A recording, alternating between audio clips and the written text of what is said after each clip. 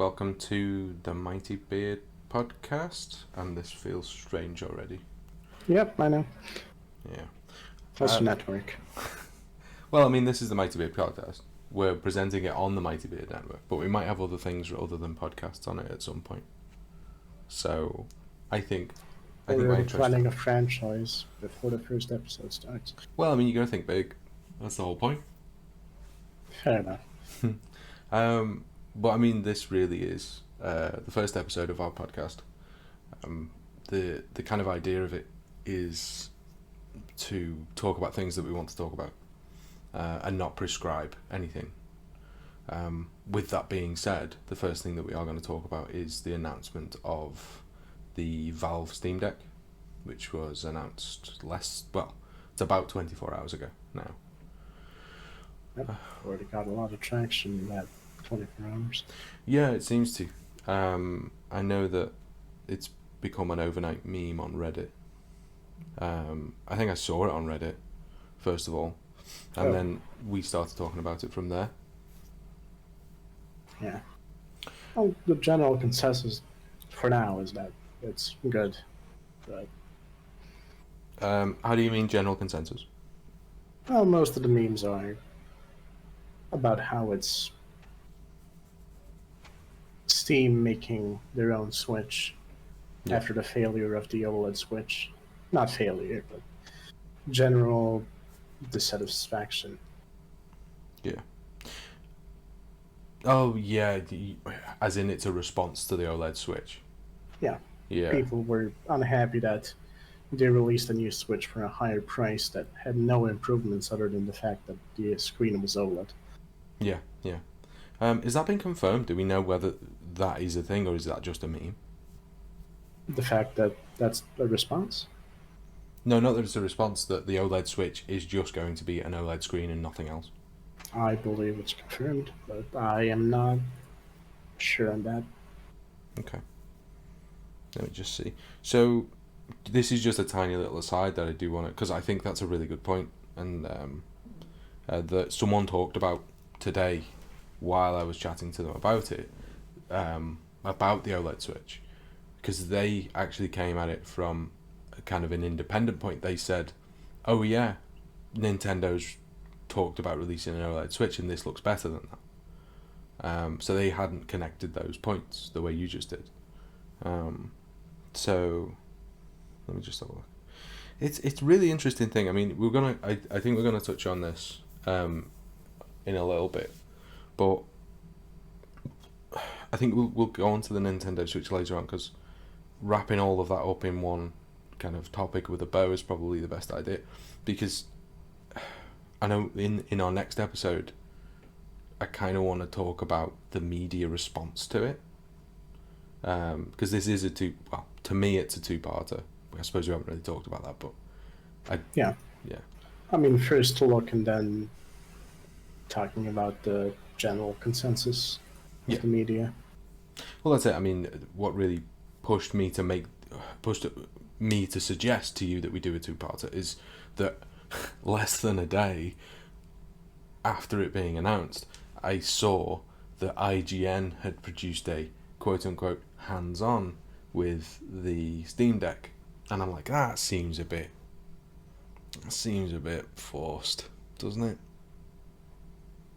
Yeah, especially since I haven't seen anything about it, but it might bring it in a bad light, considering that has to be an insanely early production unit. Yeah. I mean, we'll talk about that as well, because we both addressed some concerns about kind of the specs and the wording on the website, about what it promises and what it can possibly deliver. Yeah, well, maybe we should get into that instead of talking about how we are going to get into that. Fair enough. Okay, so I've brought up the original, because I found it on Reddit. I went to, because I frequent Reddit and you don't. I found it earlier. It was in my Google News feed. Yeah. But I say I'm like a limpet. I scuttle around Reddit like a crab, in fact. I wouldn't say like a limpet, like a crab, scuttling around the ocean floor of Reddit trying to find scraps of news. And I saw that and then immediately talked to you. So I've been redirected from Reddit to the Steam powered store page, and it just announces Steam Deck, and it's got the rotating image that you can see on the screen right now.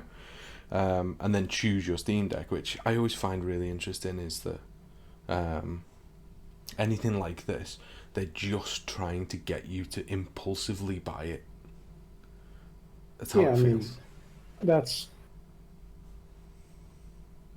I mean, there's a large corporate reason for that, because probably their production companies, which are designing parts for it, want insurance that the product is not going to flop.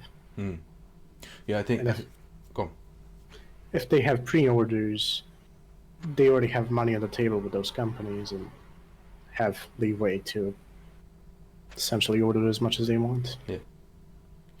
Yeah, it's just, it always seems, and I know that's the model, and I know that's been the model for a while, especially in things like gaming, but it always seems so cynical to me that I click on a link, right, and it takes me to a page, and the first thing is the big, and I can get that, like the big symbol. They've obviously made a logo for the Steam Deck itself, and then you've got the spinning image that's all, ooh, it's on a Lazy Susan with a 360 camera wib wobbling about it. I'm not convinced that that thing that we're seeing on the screen at the minute is not a 3D model, you know. And then immediately the first thing is add to wish list, the button, and I'm pretty sure it's in a different color than it is on the Steam store. I'm not 100% on that, but I'm pretty sure. And then Yeah, I mean, I'm looking at it now. The only blue button is the add to wish list button. Yeah, so it's got immediately add to wish list, and then it's got choose your Steam Deck, and then we get into like reserve. You know, not pre-order, doesn't say pre-order. Everything else on the Steam store says pre-order. But no, this is a high quality item, isn't it? So it's a reserve. Yeah, well, there was a lot of talk about for anti pre-ordering, so that might be them trying to go around the negative response to pre-orders by naming it something else, which is very predatory. I mean, thing to do. The price is on my end is £349. What's that? £349 to euros. Let's do euros first. That's €406.94, or dollars is $480. Here it's for the cheapest model. It's €419, which seems about correct. Oh, interesting. Seems like it's more expensive in Serbia. We are treated as parts of the EU, even though we have a currency that's inflated. That's a different topic. Yeah, I don't know. Obviously, there's some currency conversion to do there, but converting from pounds into the currencies, as I say, you're looking at about €406. Obviously, if you're treated as part of being in the EEA, then it's about 419, and in dollars, 480. I'd say I'm not sure how it would convert if you're actually in the US converting. So. Yeah, I mean, there might be a way to check, but US products, at least from Steam, generally tend to be the cheapest ones, ironically, because of their conversion. But I want to talk about the fact that, do you think they're making a loss on this? On the maybe not the £459 or £569 version, but do you think on the lowest one, the smallest one, not the smallest one, the least expensive one, they're making a loss? Do you think £349, well, like $480? They might be making. It's Steam, so they might be making a small loss, but honestly, if they are, it's very, very calculated, considering that if people buy that model, they're probably going to make up the difference by buying games, which Steam makes a very large cut. people buying games. So even if they sell at a loss, if people buy games for the new platform, that puts a lot of money in their pockets. Yeah. I mean, in terms of the specs themselves, I don't know if you want to go into them, but to me, specs are just numbers on a crib sheet.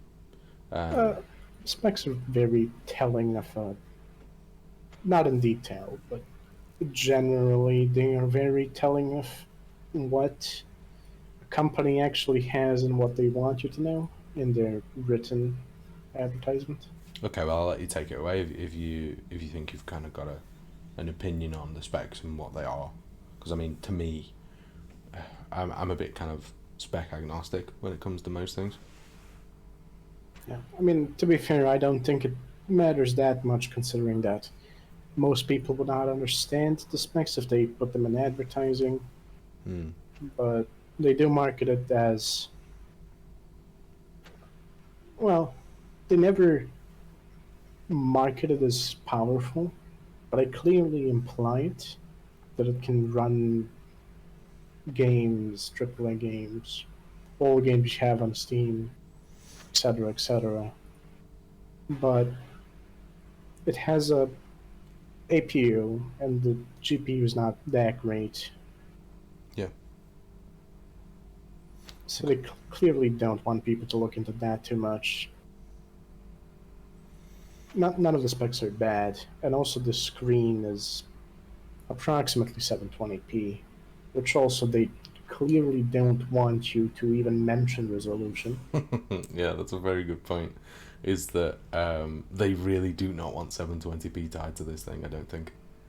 No, I I guarantee that the resolution is going to be buried very deep in every single page they have. Yeah. But I don't have a problem with that because 720p for such a small display, it's a 7-inch diagonal. 720p is more than enough.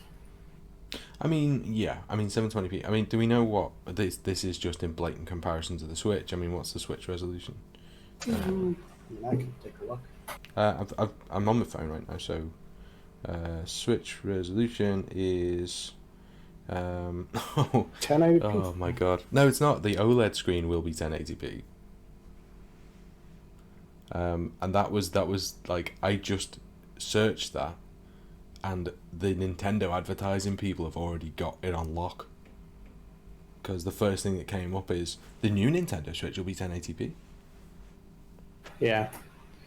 But I don't. I think that's. So it's 720. Yeah, I think it's a very bad thing to focus on because the Switch even has a smaller screen. Yeah, yeah. The change in resolution between those two is honestly, it's it can be noticeable to some extent, but it's not going to change your. Um, it's not going to change your play. It's not going to affect much. Okay. Uh, Yeah, I know. especially since if it was 1080p, that APU would struggle. Yeah, yeah, yeah. True. Okay.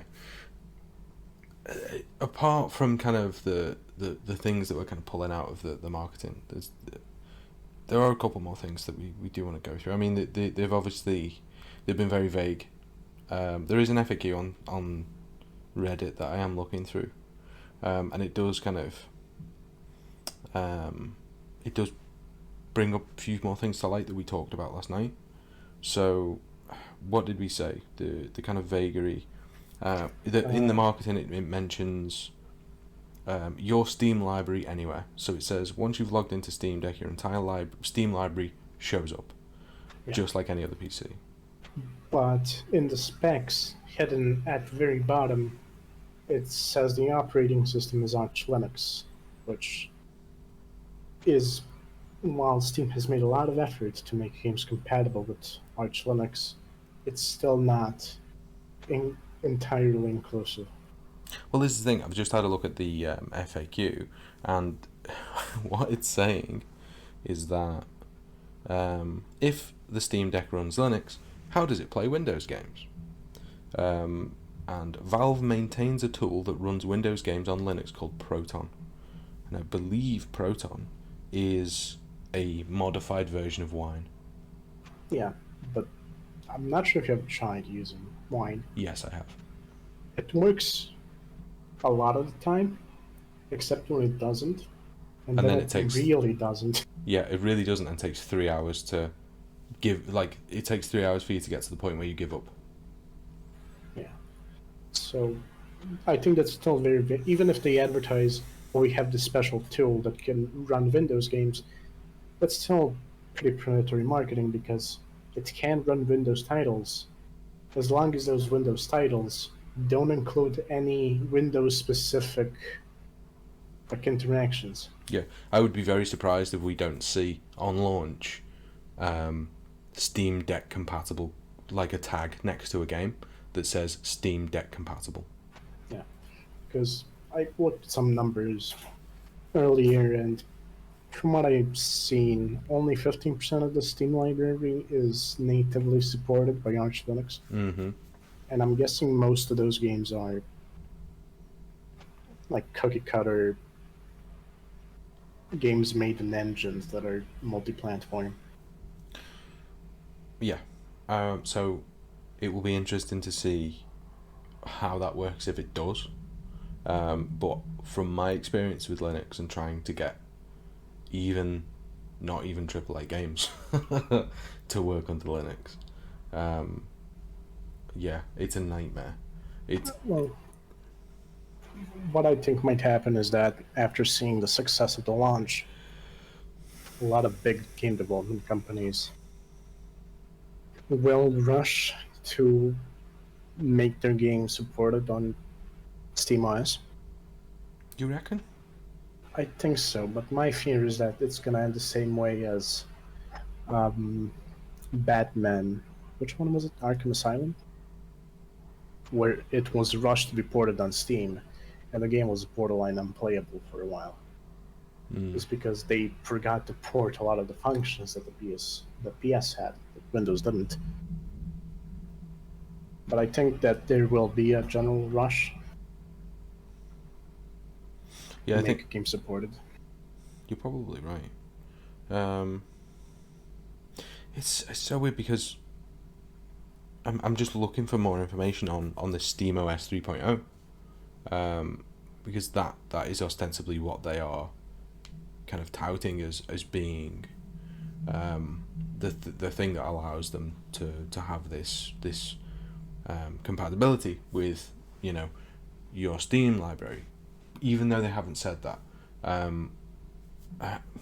There's a couple of things here, like I don't know. I'm not encouraged by the fact that it's running Linux. But I know I know what you're saying, but I think if it comes to the fact that there's going to be a section of games that are supported by the Steam Deck, I honestly think that people who reserve it now, not knowing that, will feel as if they've been underserved. Yeah, that's valid, but it's very like, very much of a corporation to advertise a product and not advertise the things it can't do. Mm-hmm. But what might be the saving grace is that Steam, more than like any other company, has a lot of pushing power with game developers. So they might actually be able to push game developers to make their games compatible before the release of the product. No, you're absolutely right. But I mean, what does it mean for things like indie development? Do you think that, because I mean it's based on Arch, but it's going to be closed source, almost certainly. So I mean, what does it mean for indie devs? Does it mean that now, just like Windows development, Apple development, Android development, well, not so much Android development, but you're gonna need like a special license from Valve to be able to run your game on the Steam Deck? Do you think it's going to be a far more closed loop system? I don't think so because while the specific OS might be closed source, which I'm sort of not sure it's going to be, they might make Proton closed source. The thing is, it's still running Arch Linux. It's running a modified version of Arch. Just Yeah, like you've got servers running a modified version of Red Hat, which is closed source.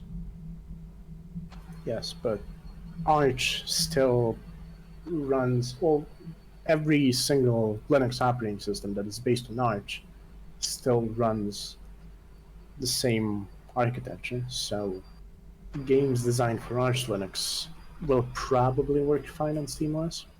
The only thing that might not is their special functions, which honestly it would be very unlike Steam to close off development, considering their entire thing with their platform is that anyone can publish a game as long as they pay a I don't know. publishing fee.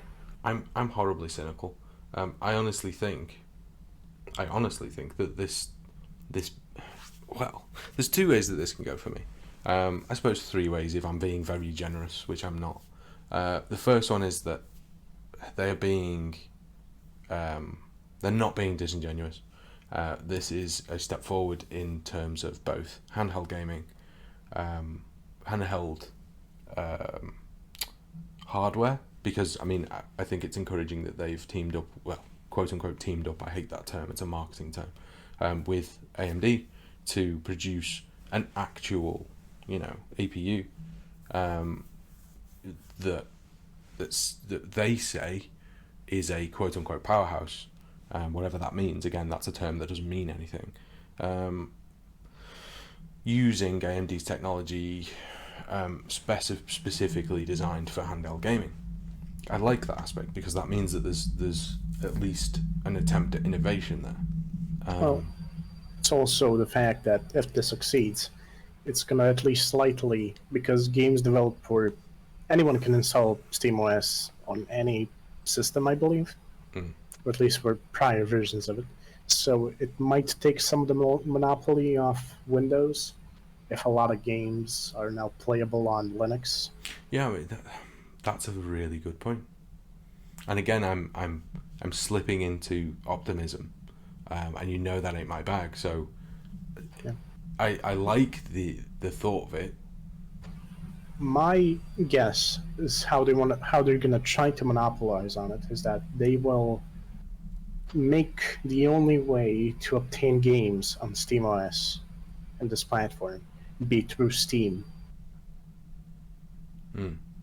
which means that all the indie devs who will use it will need to pay the fee to get their game on Steam, which is $100, I believe, and then pay a commission to Steam to use their platform. Which, of course, someone is probably going to be able to get their way into installing custom games on it. That's always going to happen. But I think officially only Steam is going to be supported. Well, that's the thing. How locked down do you think this is? Because I mean, if we are comparing it to the Switch, I mean, the Switch is, unless you've got access to some very, fairly advanced equipment, it is a fairly locked down console. What does the Switch use for its architecture? I can't remember. I think it uses, well, a lot of these things are some variant of some Linux or some variant of Android, which I think is also Linux based. Yeah. But I think the main thing on Switch is that everything is locked down behind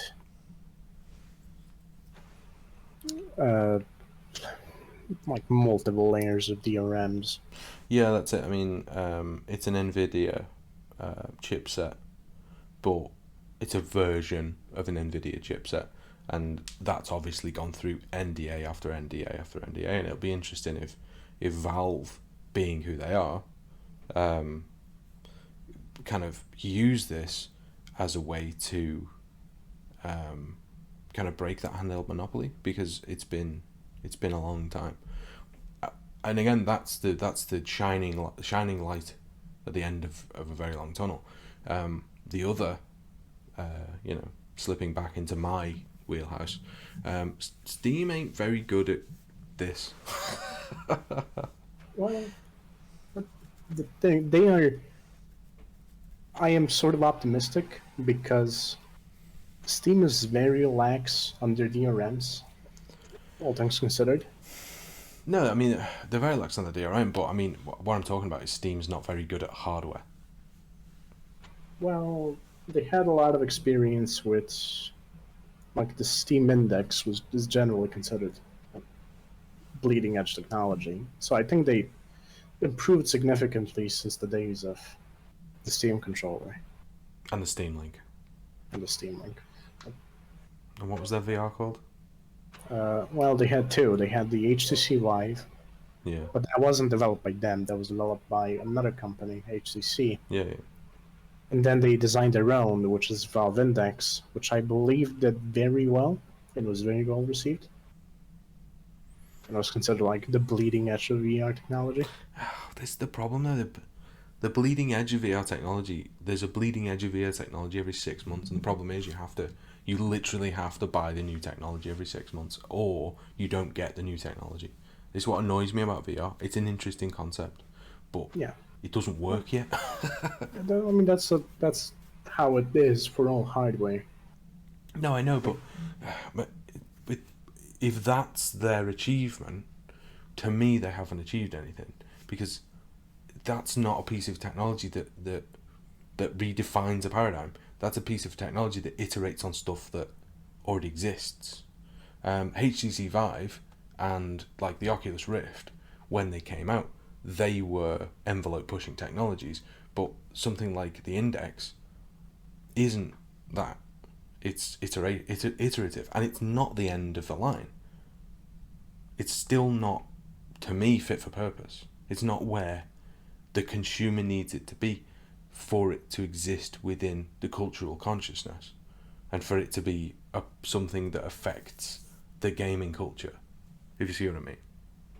Yeah, Um, but I mean they're not very good at hardware in that respect. But I think they got a lot of experience in general designing the Index, and also they're partnering with AMD, which has a lot of both first-hand and third-hand experience in designing handheld products. yeah, Maybe not directly, but they've worked with an unspeakable amount of companies to design mobile chips and integrate them into circuits. So they might be able to give a lot of advice and a lot of yeah. I mean, leads. if they are indeed partnering with them, then there should be enough expertise out there to bring this to bear. To hopefully bring it to fruition, etc. Yeah. With that being said, unless you have any other burning points, we are kind of approaching where we kind of, well, where we sort of agree to wrap up. What I would say is my last question is, and this is again something we touched on last night, who's this for? I I think there is an audience. It doesn't include me, but a lot of people do want to take the games they enjoy on the go Hmm. that are not available on any other platform because sadly Android and iOS, even though they have some games, they're very lacking. Yes, they're not games to. I mean, I'm I'm probably taking a Western patriarchal viewpoint in saying that, to me, and mobile games aren't games. They're not what I enjoy. To me, there aren't mechanics in the same way that I see gaming as not even an art form, but something that is an art form, but in a very philosophical way, that it allows you to experience the world, experience imagination, almost like poetry. To me, poetry is emotion put into words. Gaming is experience put into colours and suspension of disbelief. I Yeah, don't think mobile gaming does that. I think mobile gaming provides something.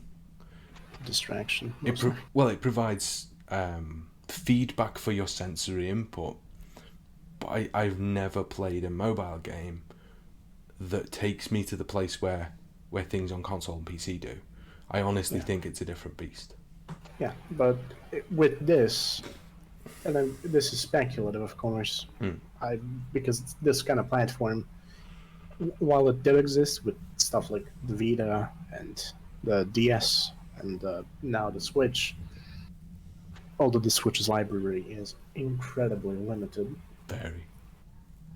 like it's the thing of being able to go on a I don't know train ride to somewhere, business trip, just go on a vacation where you can't bring your massive tower of a PC and still be able to play, I don't know, Valheim, Dishonored, uh, even multiplayer games like Apex Legends and Fallout, Skyrims, games that have a genuinely good mechanics or good stories that are already loved and appreciated, and just being able to play them on the go without any sort of limitation to having to buy them again on a different platform because you already own them on Steam. Yeah. No, I agree. I know that there's an audience for this, but I don't know, because what conflicts with me is the fact that they're offering this at, obviously with the hardware that they've included, with what they've said, they're offering this at the same price point as the Switch, as the same price point as a essentially a top console. That they're offering it at a consumer buy this for Christmas price point, yeah. And if you look at things like Oculus Rift, you look at things like HTC Vive, that is bleeding edge technology. Kind of. To me, it's not. It's not bleeding edge technology. It's bleeding edge development and design. Yeah, but it's not bleeding edge. It's like 480p. In fact, when PSVR came out, I believe it was 240p. I mean, I know why that is, but it's more software, it's more design, it's more development with that. But they were offered very much a higher price point for a peripheral device aimed at a certain market. And looking at the price point of this device, it's aimed at being ubiquitous, and I don't think it can be. That's my problem. Well, I'd agree with you. However, this is Steam, and this might. I think their reasoning might be that this will expand their user base to people who don't want to own a PC, because those people do exist. That's the main market of the Switch. People who don't want to have a massive PC that costs $1,000 that can play all the modern games, still want to play games. And they make a very large cut out of games, and like microtransactions, all that stuff. They make cuts out of that.